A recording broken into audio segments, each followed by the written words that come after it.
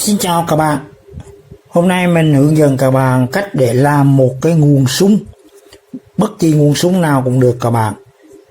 Làm một cách rất đơn giản, đó là chỉ thêm cái VR10 kg này vào bên trong mặt của nó tại một vị trí thích hợp là nó sẽ thay đổi được điện áp ra từ 0V tới 20V hoặc là 24V tùy thích các bạn.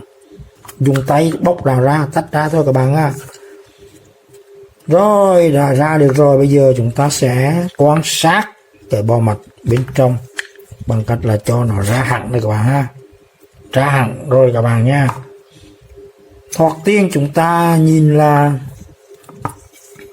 bo mạch này có một cái kết cấu rất là vững chắc, rất là bền, an toàn, và mình cảm nhận ban đầu là nó rất là tốt các bạn ơi.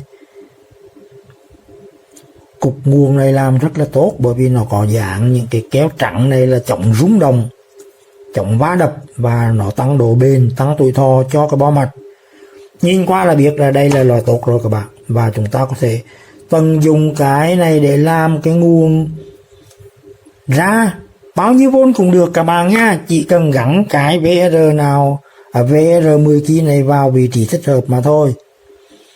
Rồi chúng ta sẽ tiếp tục theo dõi các bạn ơi.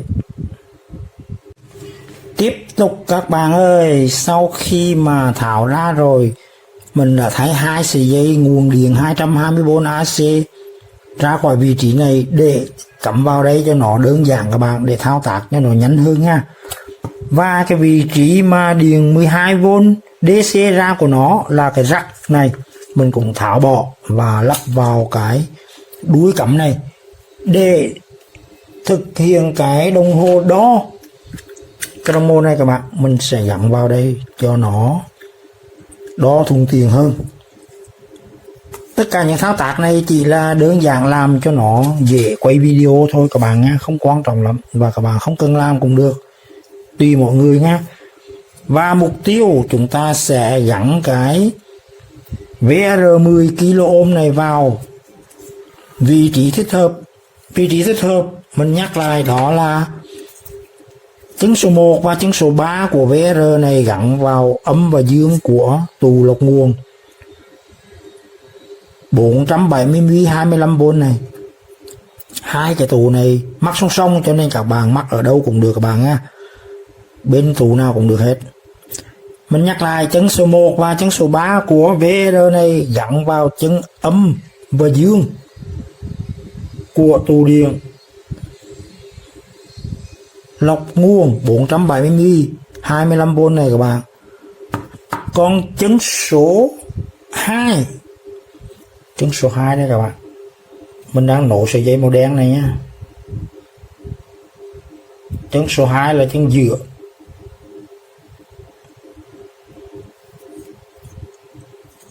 Chân số 2 này mình sẽ hàn vào chân số 1 của con TL431. Số 1 đây các bạn. Số 1, số 2, số 3, và mình sẽ hàn vào số 1 đây các bạn nhé. Còn hai chân tù là ở đây, sẽ hàn qua đây. Rồi bây giờ mình sẽ bắt đầu hàn các bạn nha. Mình sẽ phóng to lên tí để các bạn theo dõi hàn nha.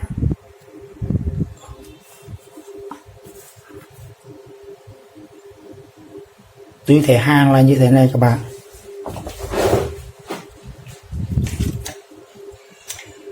Hai chân ngoài của VR là chân số 1 và chân số 3 hàn vào hai chân âm dương của cái tụ lọc nguồn.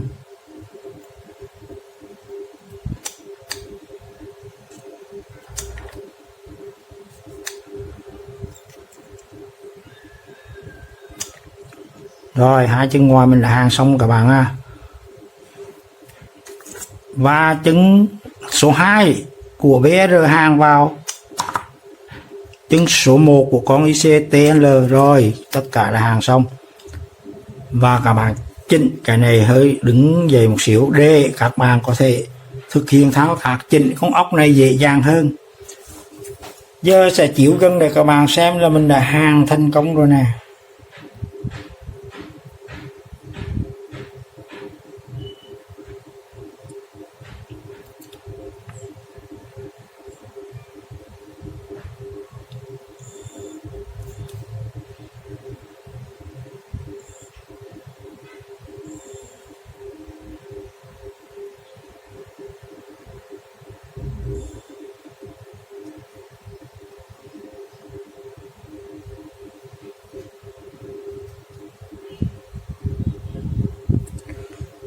Và thế là tư thế bắt đầu chuẩn bị cắm điện thử và thụ hưởng thành quả.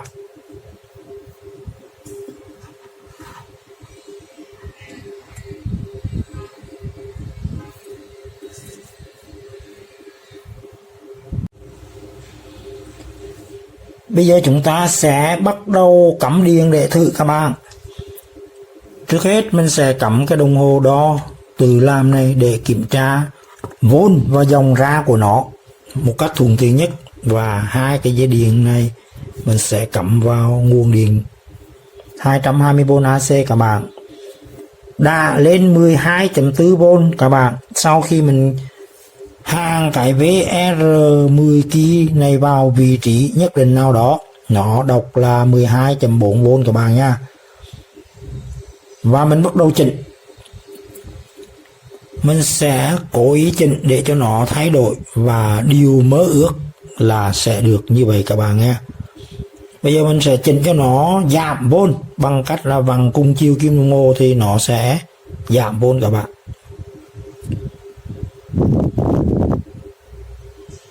Các bạn hãy chỉnh vào cái con ốc này các bạn nhé.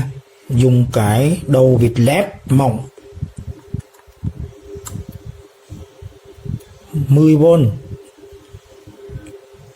Đang là 9V các bạn, 8V rồi các bạn.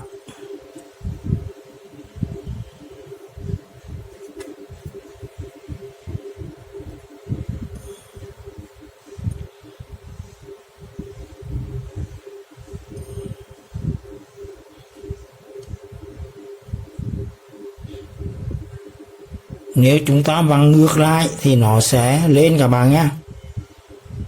Bây giờ mình sẽ vặn ngược lại nha, là nó sẽ tăng lên.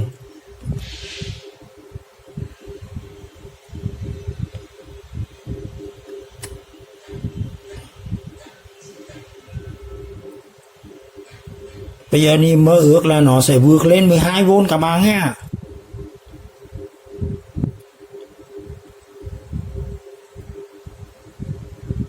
Nếu các bạn vặn chậm thì nó sẽ thăng tiến từ từ. Rồi 12V các bạn, bắt đầu vượt lên trên 12V các bạn nè. 13V rồi.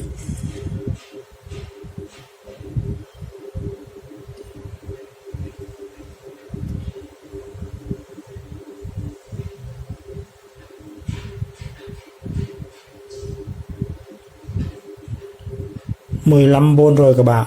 Các bạn muốn dừng bao nhiêu thì dừng lại các bạn nhé.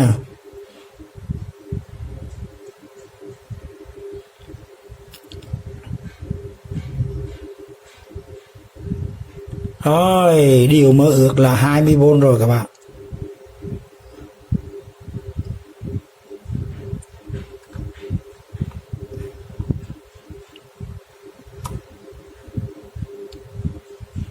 Rồi, mình sẽ dừng ở đây các bạn nha.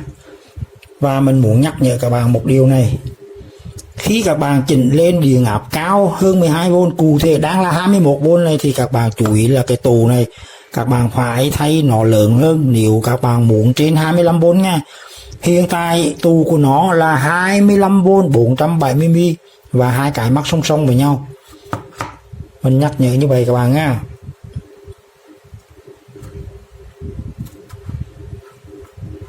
Rồi bây giờ sau khi cắm vào là nó luôn ổn áp các bạn á. Dù là mình vặn ở đâu thì mặt này nó vẫn là ổn định, không có thay đổi vôn các bạn. Bây giờ để chứng minh là nó lên cao thì nó có dùng được cái gì không, mình sẽ thắp sáng đèn led này các bạn ơi. Mình sẽ có hai dải đèn led này, mỗi dải là 12V. Bây giờ mình hiện tại mình đang mắc nối tiếp để cho nó khả năng chịu đựng tối đa là 24V và mình sẽ sắp sáng ở mức 21 này các bạn. Ở đằng sau này có cái rắc và mình đã chế sẵn cái đồng hồ này rất là tiện lợi đó các bạn. Bây giờ chỉ việc kẹp vào âm dương đúng của nó thì nó sẽ cấp nguồn mà thôi. Sáng rồi các bạn ơi, sáng rất đẹp luôn các bạn. Ánh sáng này làm cho đồng hồ nó chép, cho nên mình sẽ cho nó hắt về một bên là đồng hồ nó không bị chập nữa các bạn. Dòng tiêu thụ của hai cái này là 0,32A.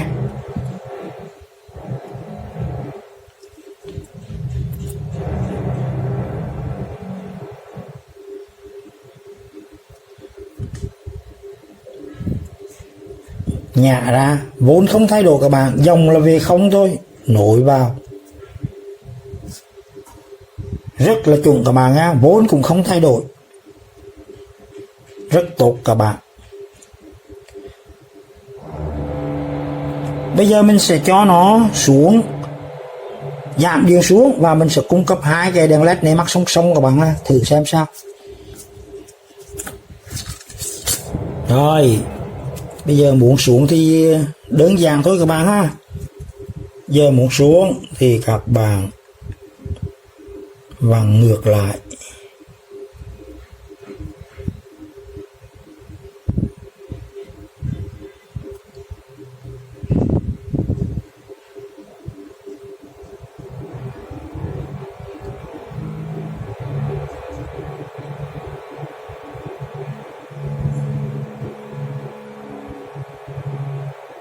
Rồi mình muốn để 12.0 và hai cái này bây giờ mình lại mắc song song các bạn nhé. Đỏ vào đỏ, đen vào đen.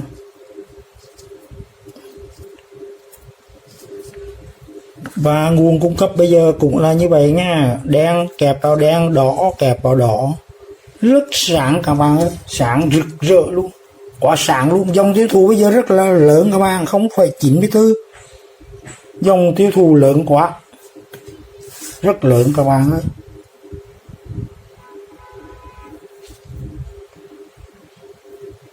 Mình sẽ nhả ra, nó không thay đổi vốn các bạn á, chỉ có thay đổi dòng thôi, rất là mạnh luôn bạn ơi, thoải mái quá.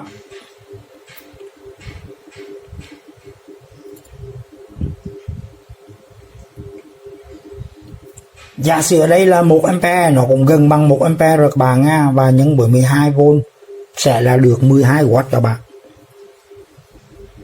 Công suất của cái nguồn này đáng thực hiện là 12W. Và nó có khả năng mạnh hơn các bạn nha. Các bạn có thể cho nó thêm một cái nguồn gì đó, ví dụ như mình đang có cái quạt này các bạn ha, cho giảm ánh sáng bớt cho nó dễ hoạt động. Mình đang có cái quạt này, mình có thể kẹp thử xem sao.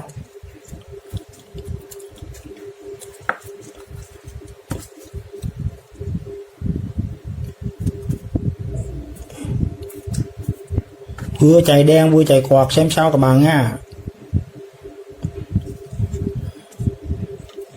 Rồi, rất mạnh các bạn, vốn không thay đổi mà dòng bây giờ là vượt lên 1.29A. Mình nhả quạt ra các bạn, về dưới 1A liền ha, rất tốt. Các bạn lưu ý là 12.0 này không có thay đổi gì các bạn nhé. Cái điều hay nhất của cái nguồn sung là như vậy, nó rất ổn định.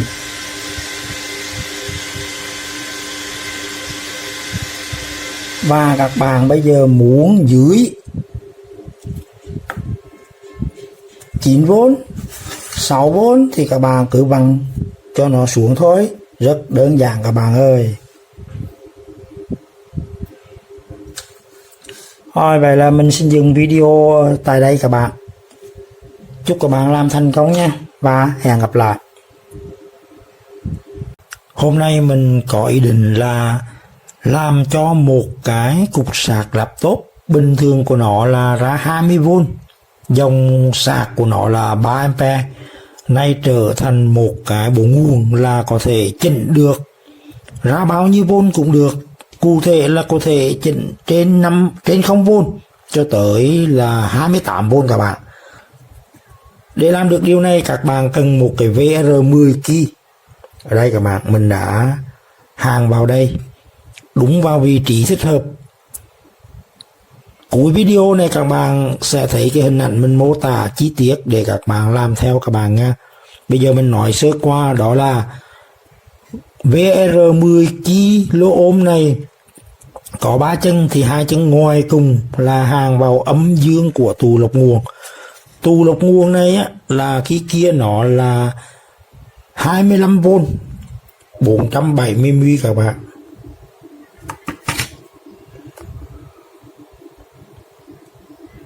Bây giờ mình thay lớn hơn để có thể chỉnh điện áp cao hơn các bạn nha. Lớn hơn là bao nhiêu các bạn? Là 50V 1000 microfarad. Lớn hơn nhiều các bạn nha, để có thể chỉnh được lên tới 28V thì mới an toàn, không bị cháy nổ các bạn nha. Còn điểm dựa của cái VR10 kΩ này thì các bạn hàng vào chứng số 1. Chứng số 1 của con chip điều chỉnh điện áp là TL các bạn 431. Và mình sẽ dùng cái đồng hồ tự chế của mình cắm vào đây để có thể đọc được cái điện cho nó dễ dàng các bạn nhé. Là các bạn thấy nó sẽ có tác dụng. Đó, đang xuống các bạn nha. Bây giờ mình tiếp tục vặn ngược chiều kim đồng hồ cho nó xuống 12V các bạn nha.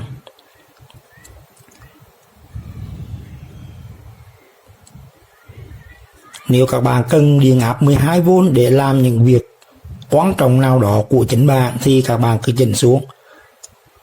Tiếp tục chỉnh xuống nè.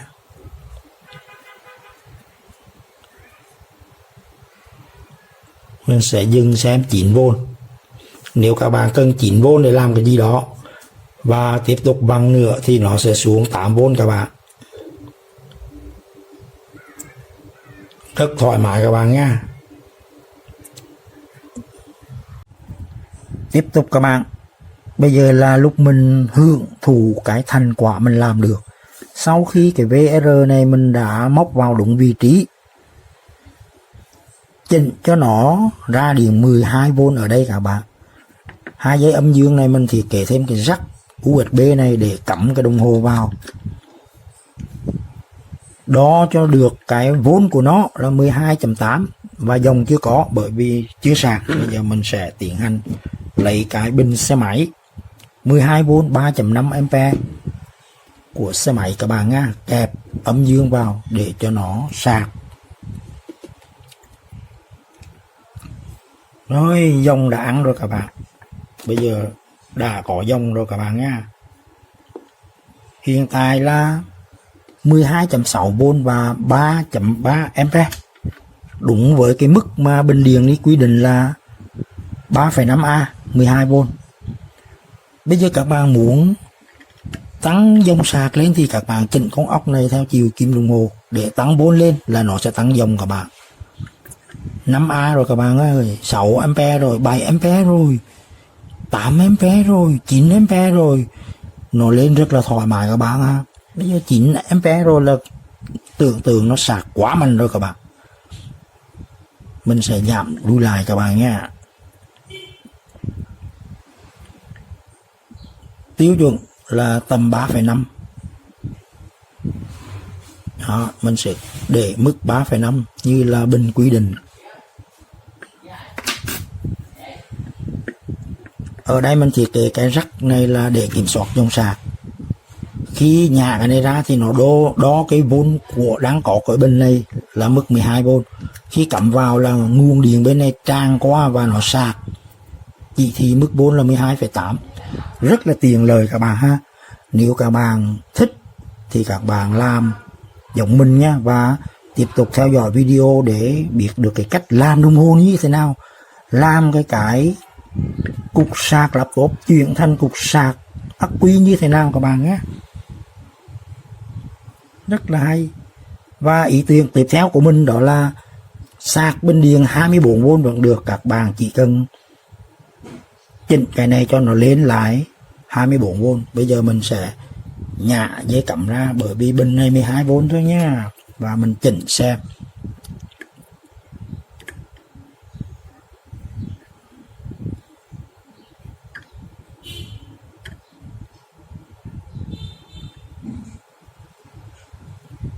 Rồi 24V rồi các bạn.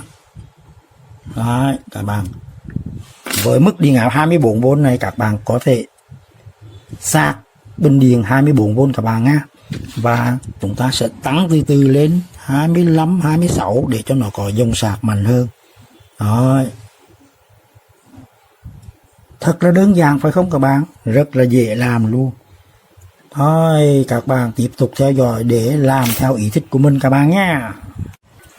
Bây giờ mình sẽ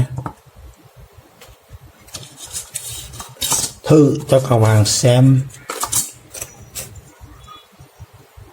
Mình có một cái chip code LED trên 10W cũng mạnh lắm các bạn, mà điện áp là 12V, đã mắc tỏa nhiệt bằng hai con ốc nào vào cái miếng nhôm này để bảo đảm an toàn khi mà nó bị nóng các bạn. Và bên dương là mình sẽ dương bên này có dầu dương các bạn, có dầu dương nhé. Mình sẽ kẹp dương vào đây, ấm vào đây các bạn nha. Để cấp nguồn cho nó, mình chuẩn bị sẵn một cái rắc điện thoại rồi các bạn. Rắc cắm ở đằng sau này. Cái đồng hồ của mình có thiết kế cái đường ra. Bây giờ mình sẽ để tư thế này nha.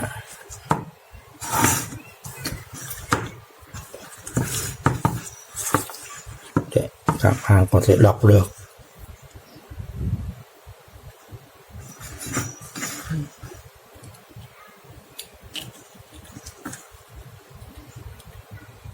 Sáng rực rỡ các bạn, quá sáng luôn các bạn ơi, rất là sáng luôn các bạn này.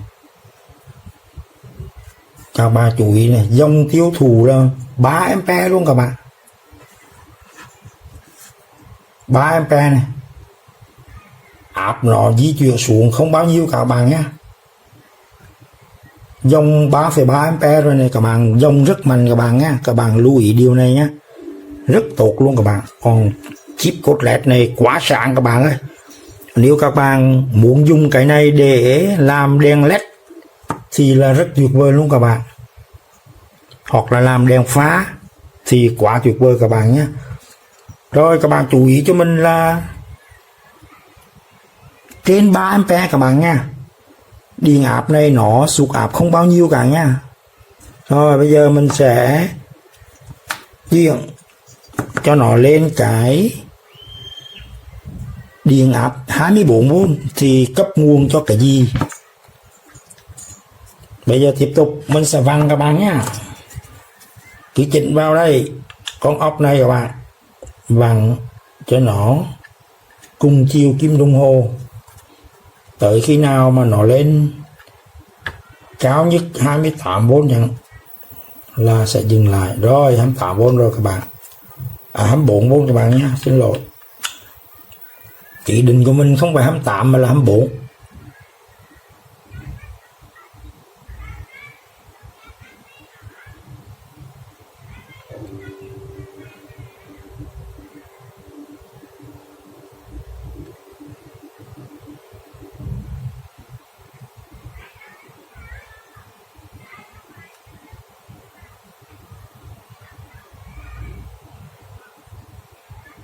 Rồi.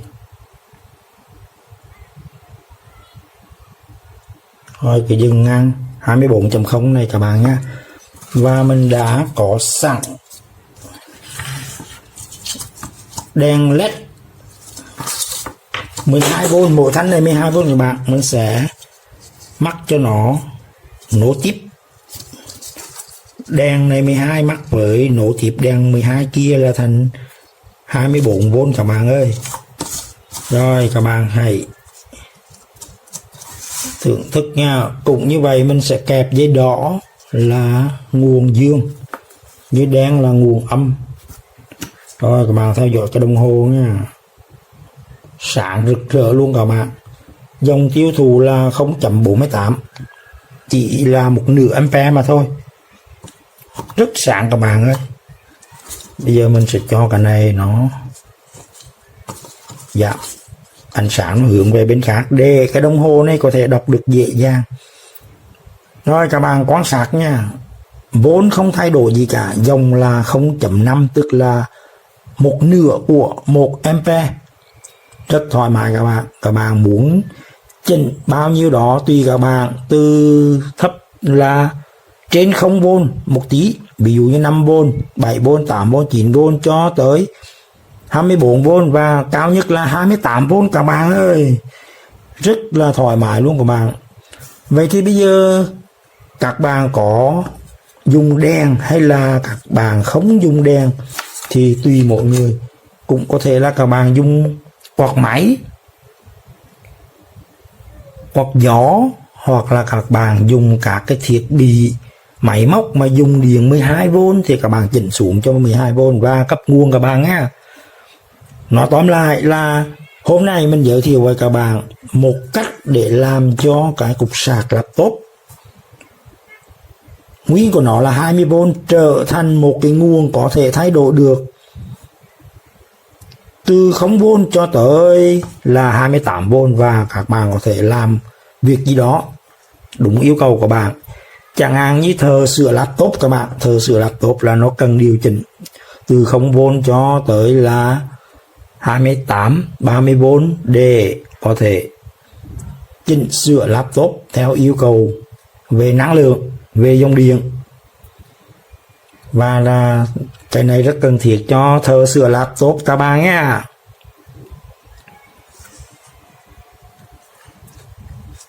Bây giờ các bạn sẽ tiếp tục theo dõi cái phần cuối là mình sẽ chỉ dẫn hình vẽ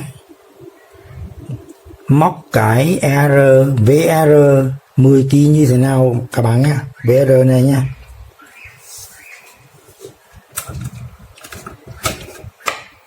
Rút điện ra rồi.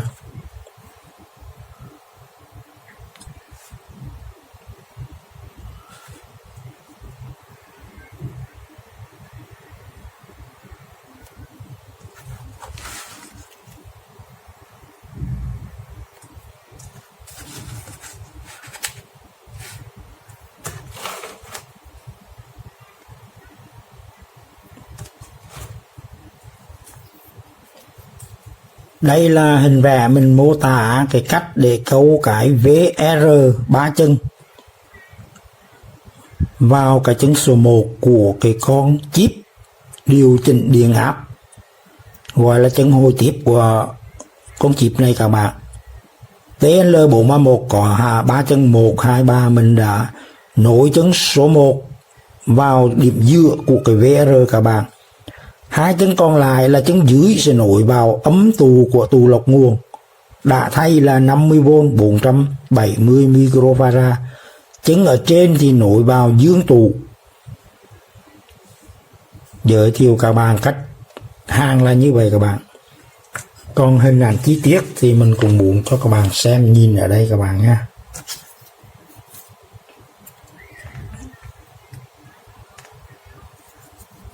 Đây là chân giữa mình đã hàng vào bên dưới của chân số 1 của TL431. Đây là một chân ngoài, đây là một chân ngoài hàng vào chân âm và dương của cái tù này các bạn. Sở dĩ mình hàng ở bên dưới này để làm video cho nó giới thiệu thuận tiện để các bạn nhìn thấy dễ hơn thôi. Còn khi các bạn làm thực sự thì các bạn phải đưa cái này lên ở trên mặt trên này các bạn nhé, để an toàn bảo vệ và có thể chỉnh được sau khi các bạn cho vào cái hộp này các bạn nha. Rồi mình nghĩ như vậy là đã giới thiệu chi tiết đầy đủ cái cách để làm thế nào mà có được một cái cục sạc laptop có thể chỉnh được từ 0V tới 28V rồi các bạn nha. Video xin dừng ở đây và chúc các bạn làm thành công và đạt được như ý. Xin chào và hẹn gặp lại. Xin các bạn một like, một subscribe để ủng hộ kênh mình nha. Chân thành cảm ơn các bạn.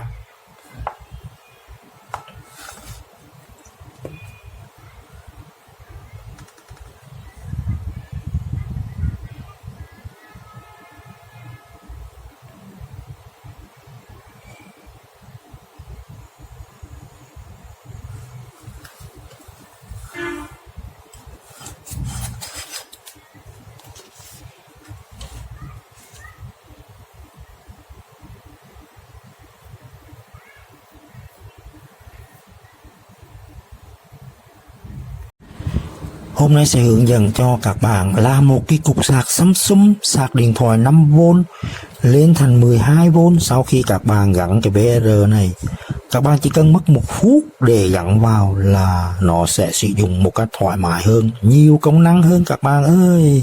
Chẳng những 12V mà các bạn có thể làm cho nó lên 15, 19, 20V. Bây giờ sẽ test để các bạn thấy kết quả mình đã làm, và từ đó bắt đầu yêu thích thì các bạn sẽ làm nha. Nếu cục sạc của nó là 5V chưa tác động các bạn nha, và mình sẽ chuyển cái đồng hồ đó này qua cái cục sạc này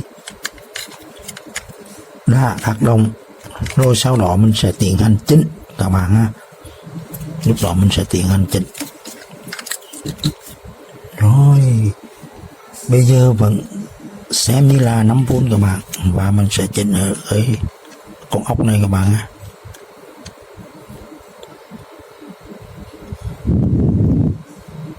Các bạn muốn mấy V mình sẽ chỉnh cho các bạn. Các bạn vặn nhánh thì nó lên nhánh các bạn nhé. Mình sẽ đưa gần cho các bạn xem. Rồi 12V các bạn có thể dùng 12V các bạn thích nữa thì các bạn lên nhé. Đó, rất là thoải mái các bạn ơi. Nó có thể lên tới 25V, và mình đang lùi lại. Mình sẽ dừng 12 để sau đó mình sẽ chế các cái tải cho các bạn xem. 12V các bạn, rất là chuẩn các bạn nhé. Để khám phá bên trong, bắt đầu mở cái nắp này ra rất dễ dàng các bạn, và dùng vít bậy cái tấm này lên. Khi các bạn tháo ra thì nó rất là đơn giản các bạn. Đây là chi tiết 3 sợi dây hàng VR vào vị trí của bo mạch.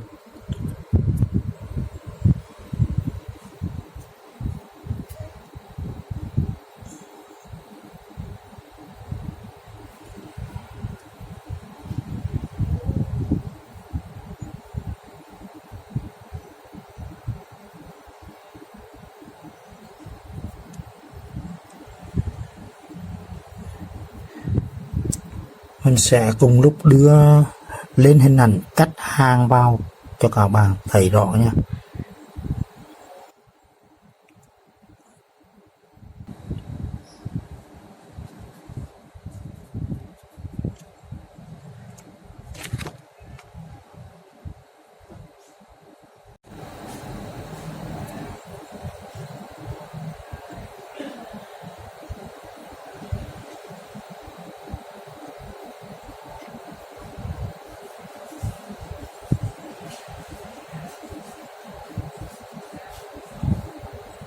Nhưng bây giờ video này mình muốn giới thiệu là chỉ cần nâng lên 12V và dùng cho quạt máy để làm mát nếu các bạn muốn. Quạt là chạy rất là mạnh luôn các bạn. Dòng bây giờ đã lên được 0.64A, rất thoải mái các bạn nha. Dòng này có thể lên được 1A các bạn nha, có nghĩa là các bạn có thể móc thêm một cái quạt máy nữa song song cũng được, tức là dùng 3 cái quạt máy đó các bạn.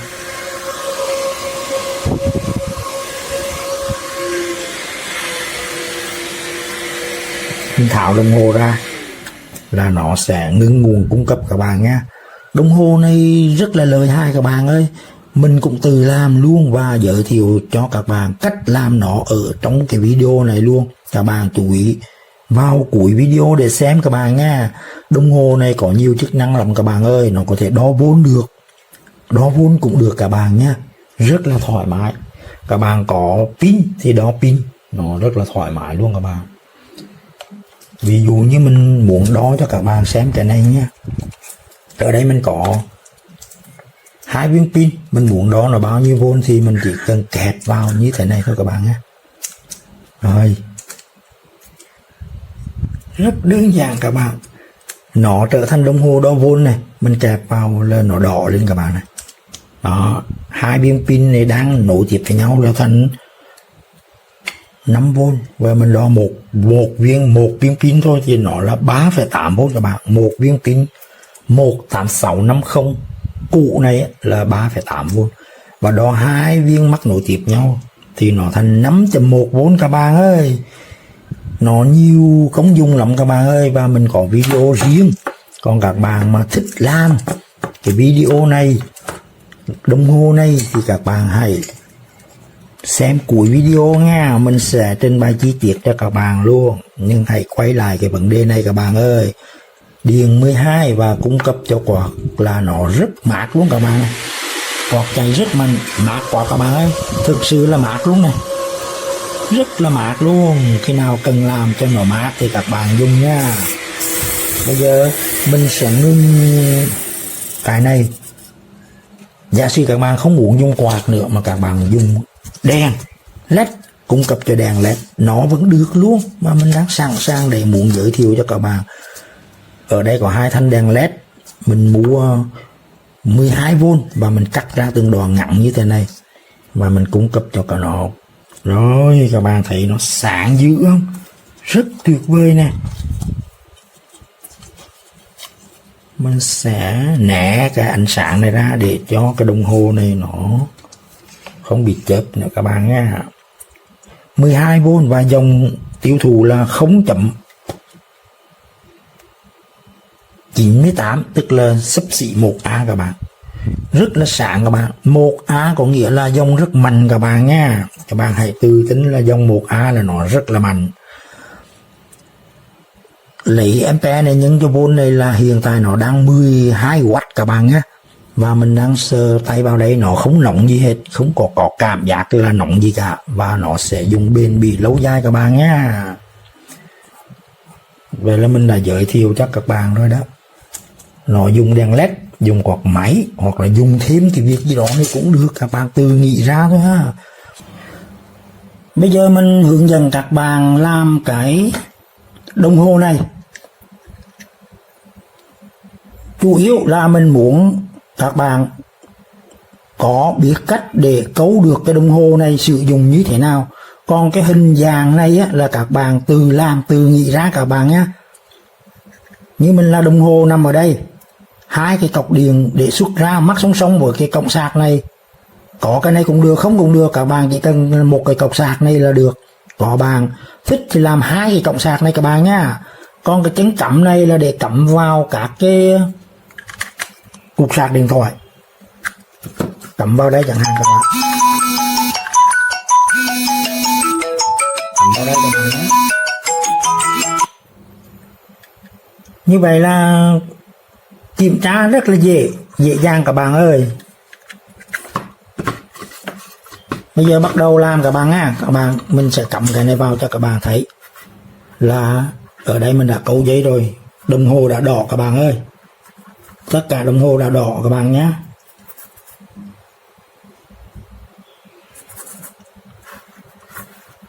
Mình sẽ giải thích chi tiết một chút các bạn nè. Ở đây là cục sạc iPhone.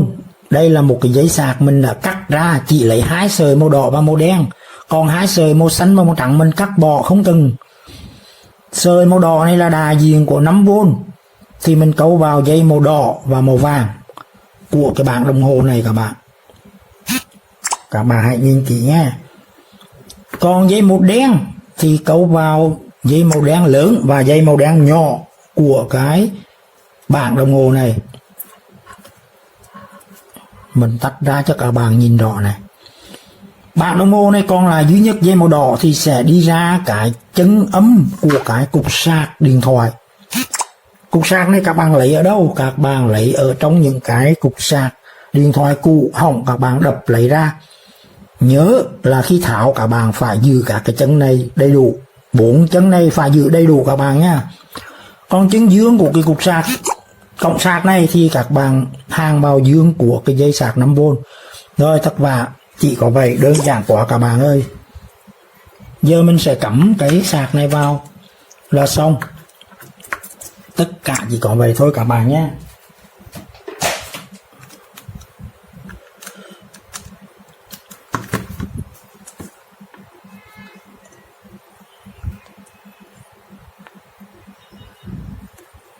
Cắm vào các bạn này. Vốn giảm xuống 4.7 vì dây mình câu nhỏ quá và dòng đã tăng 7 ampere. Để cái bảng đồng hồ này không báo tụt áp thì các bạn câu những cái dây này thật lớn các bạn nhé, và cắt ngắn những cái dây này lại. Mình sẽ để như này để các bạn thấy là rất dễ dàng làm các bạn nha. Và các bạn sau khi nhìn cái này rồi các bạn hãy tự mình câu lấy, chứ mình không cần đưa phải sơ đồ đâu các bạn nha. Và mình sẽ tháo hai cái này ra để các bạn nhìn kỹ hơn một chút, rất dễ dàng hơn này. Đấy, rút cái này ra. Với tư thế này các bạn sẽ làm được ngay.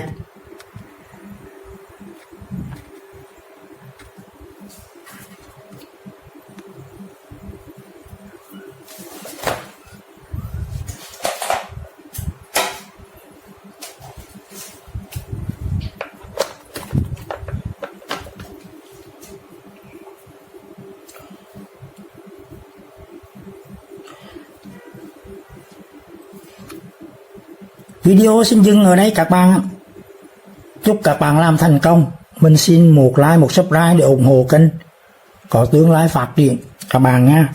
Xin chân thành cảm ơn và hẹn gặp lại. Xin chào các bạn. Hôm nay mình sẽ hướng dẫn cho các bạn làm cái cục sạc Oppo ra bao nhiêu vốn cũng được các bạn. Rất là dễ dàng luôn. Sau khi mình đã hàn cái VR 5 kΩ này vào đúng vị trí rất đầy đủ và hàn cái bảng đồng hồ để theo dõi điện áp ra, bây giờ mình sẽ cắm điện vào. Rồi bây giờ hiện tại là vẫn là 5V như cũ các bạn nha. Mình sẽ tiến hành chỉnh cho các bạn xem. Dùng tục vít mỏng lép này bằng vào đúng con ốc đồng và các bạn sẽ được vôn như tùy ý các bạn nhé. Các bạn muốn lên thì các bạn bằng theo chiều lên. 6V các bạn ơi, 7V các bạn ơi, 9V nhá, 10V, 11V. Mình sẽ cho nó lên cao các bạn nha. 18V các bạn, 19V các bạn. Rất thoải mái luôn các bạn ơi. Bây giờ mình lại giảm xuống các bạn nha. Bằng theo chiều ngược lại nó sẽ giảm xuống. Và mình sẽ cố ý cho nó xuống dưới 5V xem sao các bạn nghe, có được không nha. Các bạn hãy chờ xem. Cho nó xuống dưới 5V xem nào.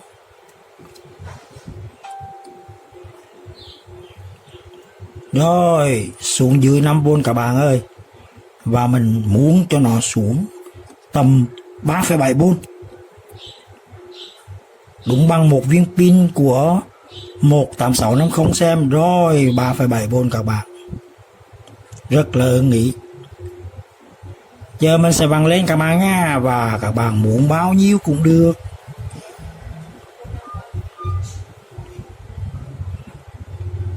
Rồi, bắt đầu chúng ta sẽ tiến hành làm. Các bạn yêu thích hãy tiếp tục theo dõi nha.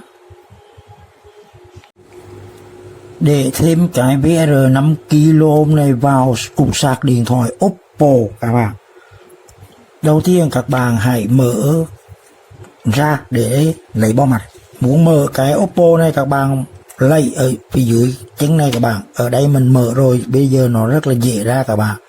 Và đây là bo mặt.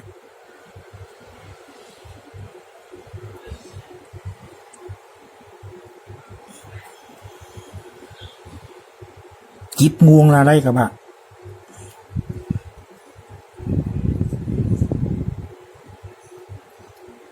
Mình sẽ ghi tên chip nguồn này lên trên để cho các bạn nhìn dễ thấy nha.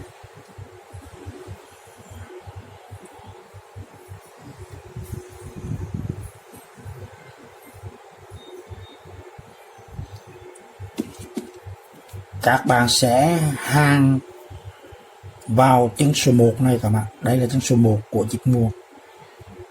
Chân giữa của VR này á, là các bạn hàn vào chân số 1. Còn chân số 1 và số 3 của VR các bạn hàn vào đây nè.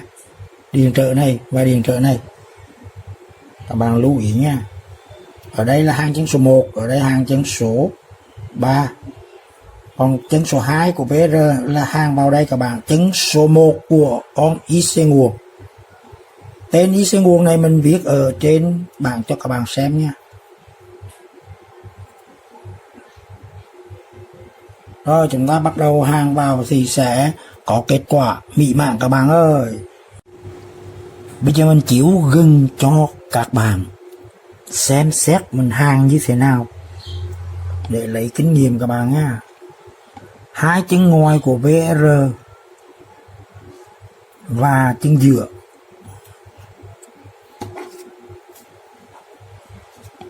Chân giữa đây các bạn. Chân giữa này hàng vào chân số 1 của con IC nguồn này các bạn nha. Chân giữa tức là chân số 2 hàng vào chân nguồn của con này. Còn hai chân ngoài 1 và 3 này hàng vào hai đầu của cái điện trở để lấy điện áp so sánh.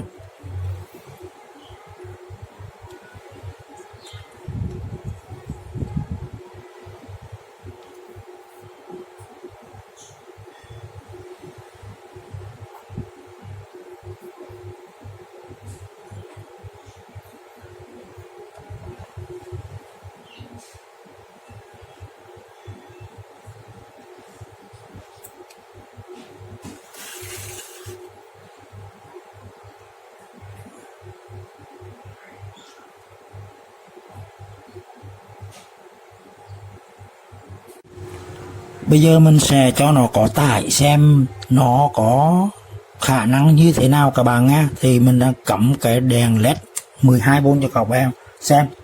Trời ơi sáng rực rỡ luôn các bạn. Quá sáng luôn này. Hai thanh đèn LED này tầm 10W các bạn. Rất sáng luôn các bạn. Như vậy là khả năng duy trì điện áp của nó rất là tốt các bạn nha.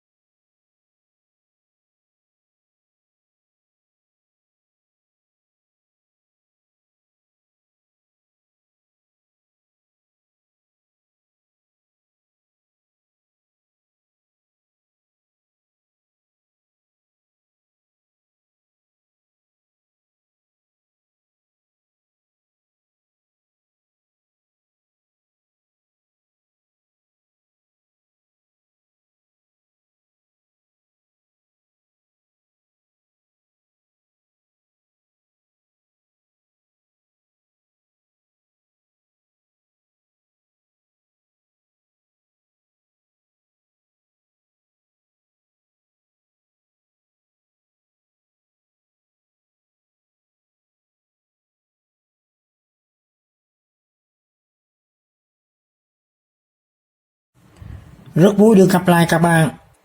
Hôm nay mình làm video này muốn giới thiệu cho tất cả các anh em có một cái cách làm nâng cái điện áp 5V của các cái cục sạc điện thoại iPhone này các bạn thành điện 6V, 9V, 12V hoặc là 15V nếu các bạn muốn, vẫn được hết.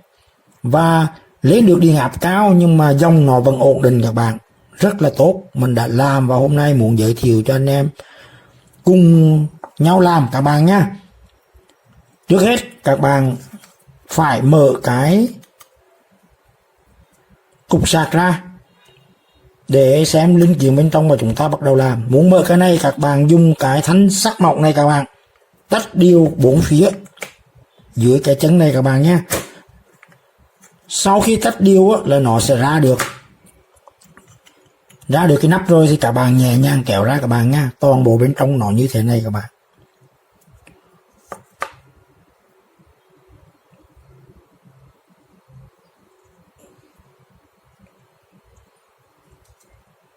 Bây giờ chúng ta sẽ bắt tay vào làm. Mình sẽ tìm cái vị trí và mình sẽ kích cho nó lên và các bạn cùng theo dõi nhé. Mở ra được rồi á, các bạn sẽ nhẹ nhàng tách hai cái bo ra hai bên riêng biệt để sẵn sàng cho việc tìm cái vị trí linh kiện mà mình ở đó. Mình sẽ thêm vào một cái VR để thay đổi cái chỉ số vôn ra theo mong muốn các bạn. Và cái điện trở đó nằm dưới cái cuộn dây này các bạn ơi.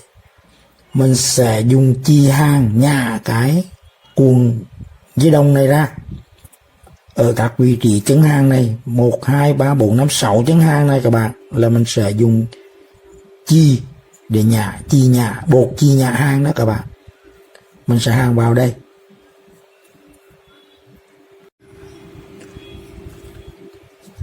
Dùng bột nhả chì này các bạn nhé. Mình lấy ra một viên, sẽ hàng vào và nhả đúng vào các cái vị trí của cái chân chì này, 6 cái chân này các bạn nhé.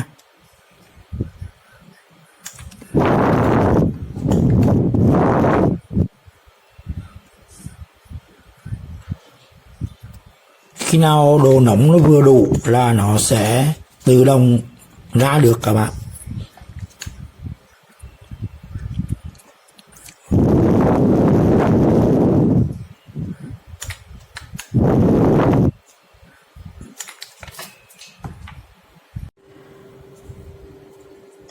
Cuộn dây đồng các bạn nối như thế này giống mình nhá, để dễ kiểm soát, dễ gắn cái VR này vào, nhất là dễ dàng nhìn và chỉnh được cái VR này các bạn nhá.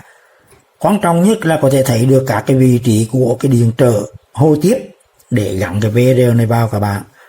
Xin các bạn nhìn kỹ nha.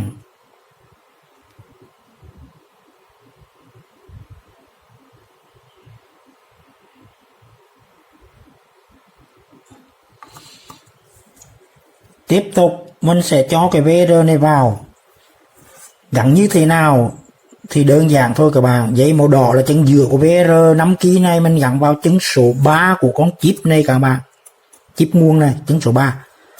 Dây màu đen này mình gắn vào mát chung của cái bo này. Còn dây màu xanh dương, xanh blue này xanh lục này mình sẽ gắn vào dương của cái diode nguồn hồi tiếp. Chỉ vậy thôi các bạn, có sơ đồ kèm theo. Các bạn nhìn đó mà làm cho đúng nha.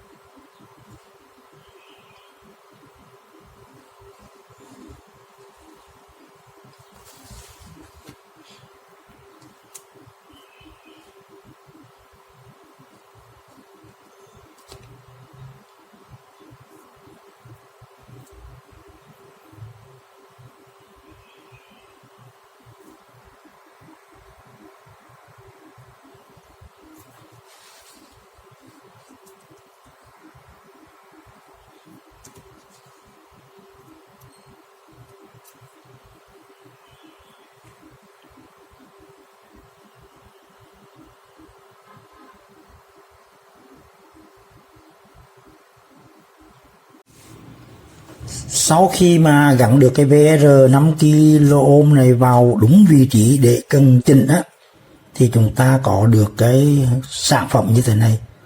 Và tư thế này sẵn sàng cắm điện để điều chỉnh điện áp ra ở đây các bạn. Muốn bao nhiêu vôn tùy ý các bạn. Và mình muốn nhắc lại cho các bạn là VR này phải nối đúng vị trí. Đó là dây màu đỏ là chân giữa nối vào chân số 3 của con IC này các bạn. Theo sơ đồ các bạn nha. Hai chân còn lại là các bạn nối vào một chân mát và một chân dương của cái điện áp hồi tiếp này. Chỉ như vậy thôi các bạn nha. Các bạn hãy nhìn vào sơ đồ để làm giống mình, là tự tin hoàn toàn các bạn nha. Rồi bây giờ mình sẽ cắm điện 220V AC vào hai sợi dây mình đã hàng sẵn đây để hưởng thụ cái thành quả mà có thể điều chỉnh điện áp ra của cái cục sạc iPhone như mong muốn các bạn ơi. Giờ là lúc mình sẽ cắm điện và chỉnh cái VR để thay đổi điện áp ra của cái cục sạc iPhone này các bạn nha. Và để thuận tiện cho việc làm mà mình sẽ cắm điện á, thì mình đã thay cái phích dây này bằng hai sợi dây này cho nó đơn giản các bạn nha. Và sẽ cắm cái bảng đồng hồ đo này vào cái cổng sạc điện thoại để đo vôn cho nó tiện lợi các bạn nha. Bây giờ mình sẽ bắt đầu cắm nè. Các bạn chú ý theo dõi nha. Đây là chính là thành quả đây các bạn ơi. Đỏ rồi, đang là 5V các bạn nha. Sau khi mình nối cái VR này vào với một vị trí nào đó, nó đang nằm ở mức là 5V. Bây giờ mình sẽ chỉnh cho các bạn xem nó thay đổi lên xuống như thế nào, các bạn theo dõi nhá. Mình sẽ kẹp cái này. Bây giờ mình chỉnh lui là nó giảm vôn các bạn ơi. Nó giảm, đang giảm này 3 mấy vôn này các bạn, 3,7V này. Nếu các bạn muốn thấp thì các bạn vặn xuống các bạn nhá. Bây giờ mình sẽ vặn lên lại nha. Cho nó lên lại 5V rồi các bạn nha. Và tăng hơn 5V nè các bạn theo dõi nha.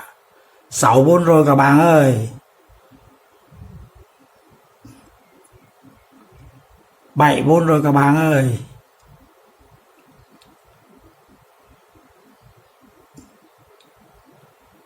Rồi.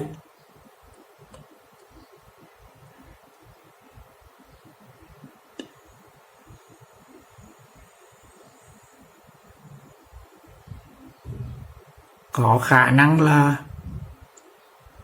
8V đó các bạn. Cao nhất là 8V. 8V các bạn nhé.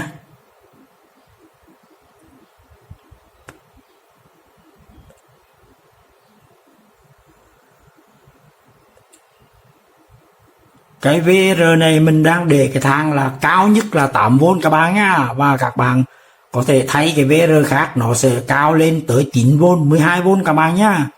Và các bạn dùng thoải mái. Bây giờ mình chỉnh lại lần nữa nha, về 5V này.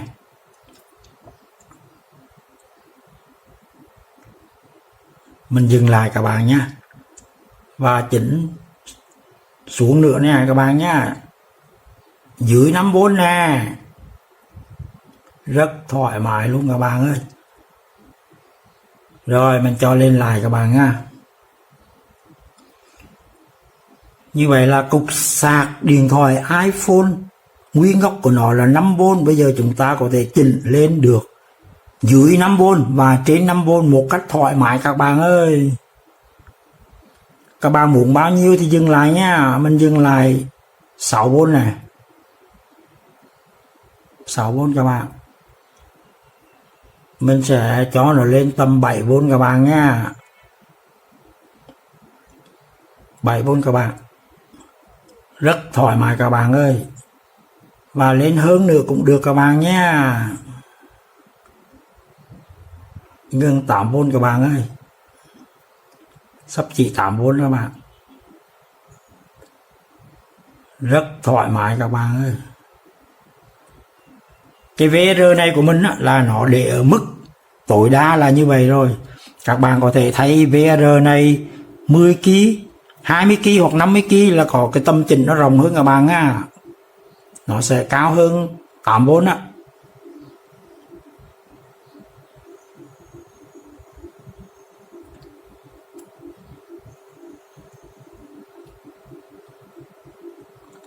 Rồi như vậy là đã thành công phương pháp thay đổi điện áp ra của cục sạc iPhone các bạn nha. Các bạn cứ làm là được các bạn nha. Chúc các bạn làm thành công giống mình nha.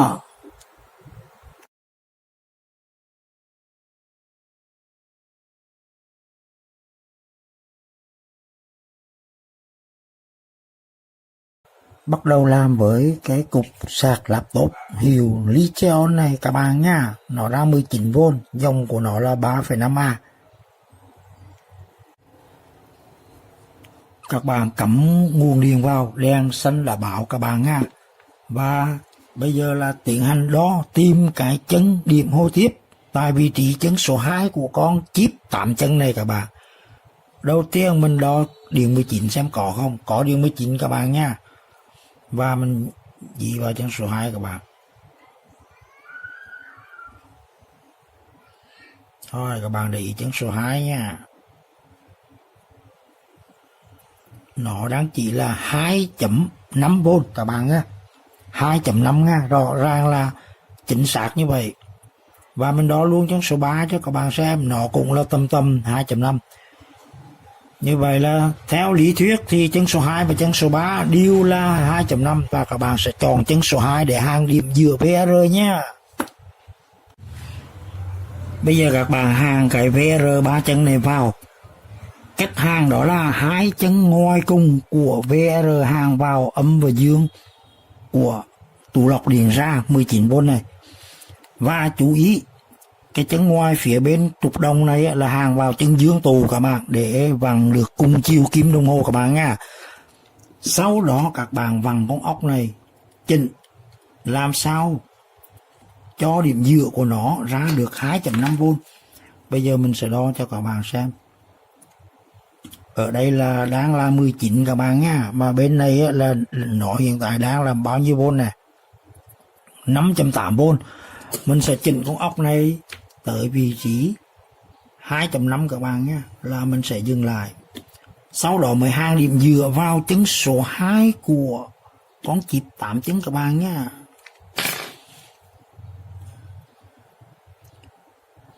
Ba V rồi các bạn, thêm một xíu nữa các bạn nha.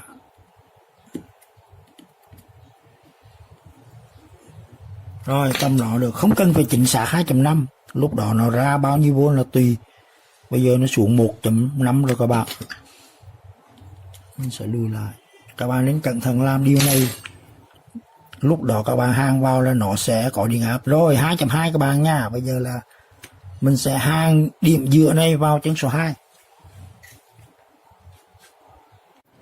Rồi bây giờ hưởng thụ thành quả các bạn ơi. Sau khi mình hàng sợi dây màu đen vào chân số 2 của con chip 8 chân này á, thì nó thực hiện nhảy lên là 21V liền các bạn, có hiệu quả ngay lập tức. Và bây giờ mình sẽ chỉnh con ốc này cho các bạn xem nó thay đổi thế nào nha. Đó, mình chỉnh lui này, nó giảm này. Lúc trước là 19V các bạn, bây giờ các bạn muốn bao nhiêu V cũng được. Rồi, mình cho xuống 12 nha, 10 này, 9 này. Rồi, như vậy là các bạn đã thấy được kết quả đó các bạn ha, rất là tuyệt vời luôn. Bây giờ phải nói rằng là thành công, và cách làm là như vậy các bạn nha.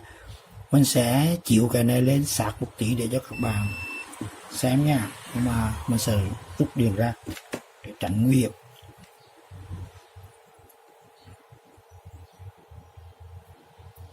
Ở đây mình hàng ra ngoài là vì nó dễ hàng hơn các bạn. Các bạn quan sát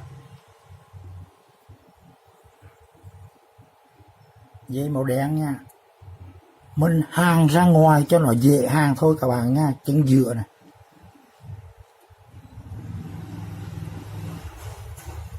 Rồi như vậy là đã hoàn thành một nguồn các bạn. Chào các bạn, hôm nay mình sẽ giới thiệu các bạn một cách làm cái cục sạc nguồn sung hoặc bất kỳ loại nào đều có thể chỉnh lên điện áp từ 0V tới 28V, và tùy các loại mà điện áp nó mở rộng nhiều hay ít các bạn nha. Và bí quyết là nằm ở chỗ là các bạn sẽ lấy một cái VR các bạn, một cái VR 5 kỳ, nó có 3 chân, và các bạn gắn vào ở bên trong bo mặt ở một vị trí thích hợp là nó sẽ hoạt động thay đổi điện áp của tất cả các nguồn sung này một cách thoải mái. Và bây giờ chúng ta sẽ bắt đầu mở ra để làm các bạn nhé.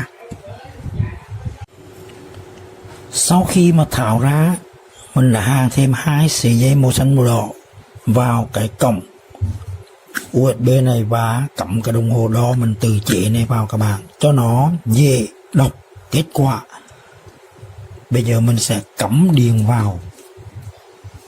Các bạn thấy nó đang đọc là 12.4V, nguyên zin của nó, chưa tác động cái VR này vào các bạn nha. Bây giờ là giây phút quan trọng gắn cái VR này vào. Mình sẽ giới thiệu trên màn hình chi tiết cách gắn để các bạn theo dõi và làm cho đúng các bạn nha.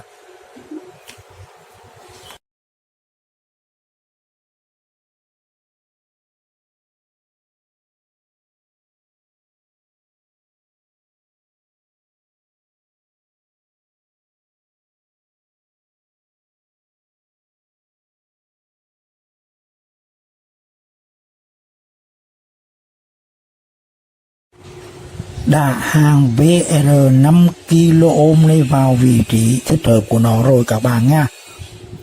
Giờ mình sẽ đưa sát cho các bạn xem.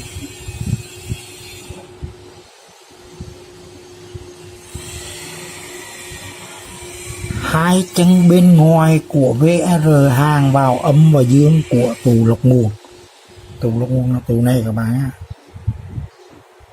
Còn chân giữa, chân số 2 là mình nối sợi dây màu xanh này các bạn, hàn vào chân số 1 của con TL431. TL431 là màu đen này các bạn nha. Nó có 3 chân các bạn.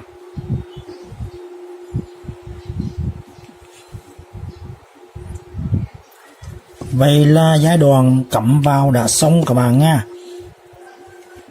Giờ là chúng ta sẽ hưởng thụ cái thành quả chính thức.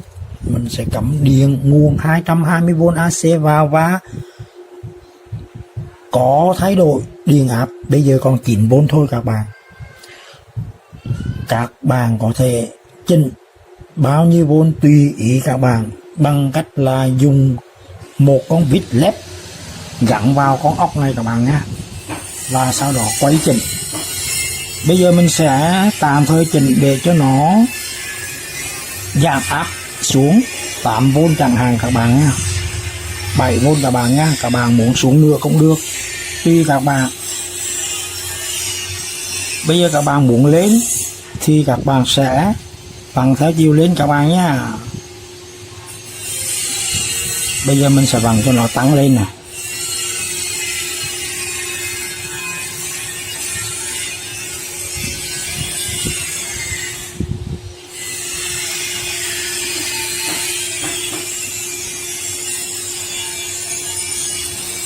Cái hay của cái VR này là các bạn chỉnh muốn lên bao nhiêu V cũng được, sau khi các bạn gắn đúng vào vị trí thích hợp.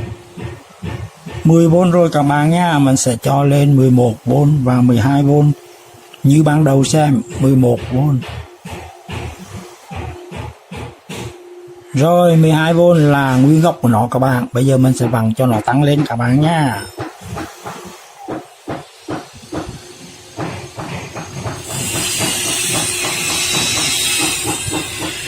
15V các bạn ơi, rất là tuyệt vời luôn.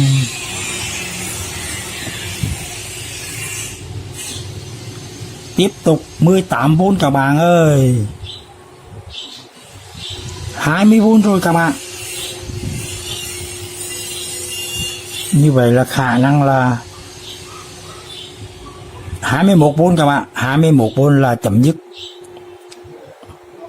21V các bạn nhé, là hết cỡ của VR này. Vậy là chúng ta đã vừa rồi vặn xuống được 6V và lên được 21V các bạn. Bây giờ các bạn hãy lưu ý là hai cái tủ này các bạn nhé. Hai tủ này các bạn phải thay cho nó lớn lên để nó không bị cháy nổ khi các bạn lên điện áp cao các bạn nhé. Đó là điều nên lưu ý. Rồi bây giờ mình sẽ cắm vào và chỉnh xuống lại các bạn. Bây giờ các bạn sẽ làm cái này như thế nào? Các bạn muốn bao nhiêu là tùy các bạn nhé.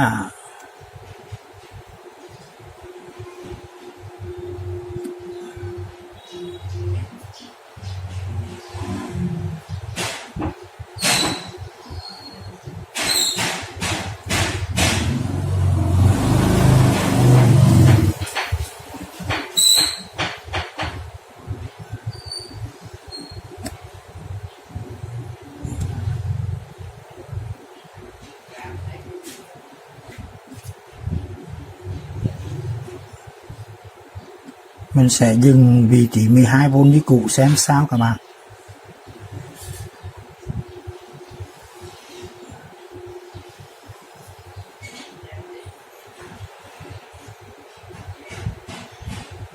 Rồi cho là 12V các bạn. Mình sẽ dùng cái này làm việc gì đó tùy các bạn nhé. Bây giờ việc quan trọng cuối cùng là các bạn thiết kế cái này làm sao để có thể chỉnh được. Sau khi các bạn cho vào hộp tất cả là đã hoàn thành được tất cả các việc làm quan trọng nhất rồi các bạn nhé. Thì theo sơ đồ các bạn làm là thành công. Chúc các bạn làm thành công và làm đẹp hơn mình các bạn nhé.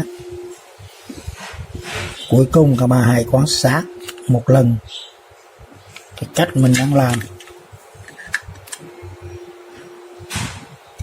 Đồng hồ này sẽ có một video riêng các bạn và các bạn tìm ở trong cái kênh của mình các bạn nhé.